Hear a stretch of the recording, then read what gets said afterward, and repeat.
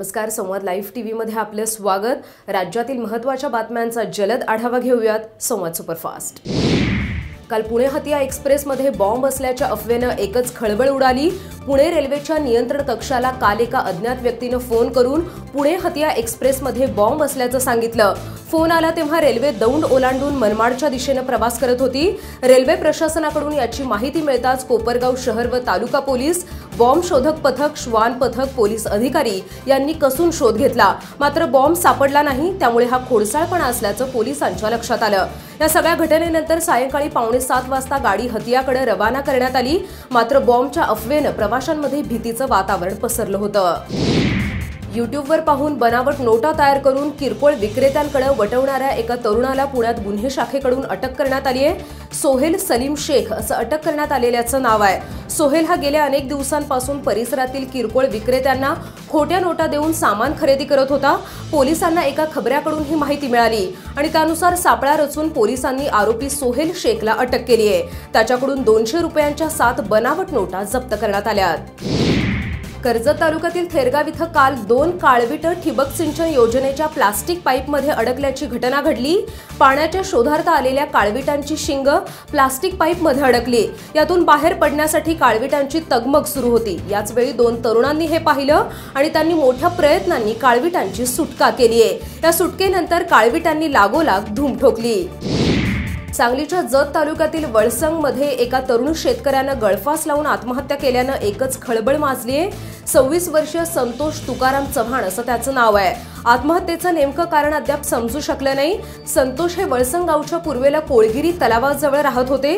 तिथंच त्यांचं शेत होतं। त्यांच्या शेतापासून 1 किलोमीटर अंतरावर महादेव मारुती चव्हाण यांच्या शेतातील बाभळीच्या झाडाला दोरीनं गळफास लावून संतोष चव्हाण यानं आत्महत्या केली आहे।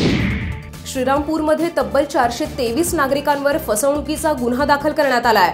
शासनाकडून अनुदान घेतलं, मात्र त्या पैशातून शौचालय न बांधल्यानं ही कारवाई करण्यात आली। सन 2015 पासून श्रीरामपूर पालिका हद्दीत स्वच्छ महाराष्ट्र अभियानाअंतर्गत शहर हागणदारी मुक्त करण्यासाठी शासनाची वैयक्तिक शौचालय योजना राबवण्यात आली होती।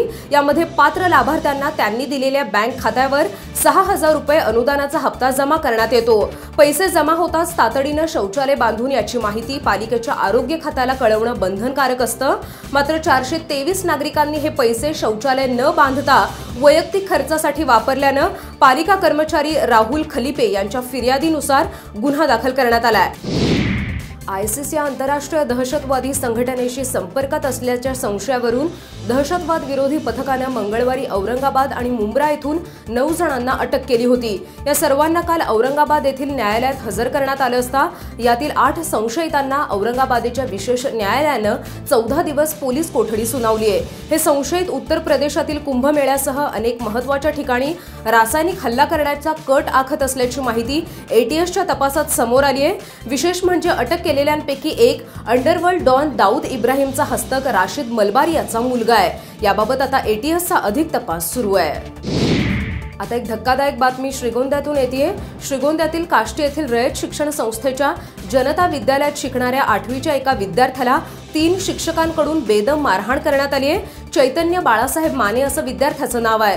किरकोळ कारणावरून शाळेतील 3 शिक्षकांनी त्याला जबर मारहाण केली आहे। चैतन्याच्या घरी याची माहिती मिळताच त्याच्या आईनं श्रीगोंदा पोलिसात या शिक्षकांविरुद्ध गुन्हा दाखल केलाय। याबाबत पोलिसांचा अधिकचा तपास सुरू आहे। नेवासा तालुका कृषी कार्यालयातील 2015-16 मधील राष्ट्रीय अन्न सुरक्षा योजनेच्या घोटाळ्याच्या चौकशीला 2 वर्ष पूर्ण होऊन ही चौकशी पूर्ण झाली नाही, त्यामुळे एक वेगळ्या प्रकारचं आंदोलन करण्यात आलं। तालुका कृषी विभागाच्या कार्यालयासमोर शासनाच्या कृषी विभागाच्या चौकशीच्या आदेशाचं विधिवत पूजा करून द्वितीय वर्षश्राद्ध घालण्यात आलं। वेळोवेळी उपोषण, आंदोलनं आणि आत्मदहन करूनही चौकशी पूर्ण न केल्यानं चौकशी अधिकाऱ्यांसह कृषी अधिकारी सुधीर शिंदे आणि दोषींवर निलंबनाची कारवाई करावी या मागणीसाठी हे आंदोलन करण्यात आलं।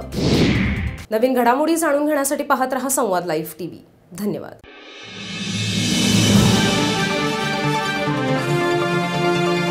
संवाद लाईव्ह टीव्ही, आपला विश्वास, आपलं चॅनल।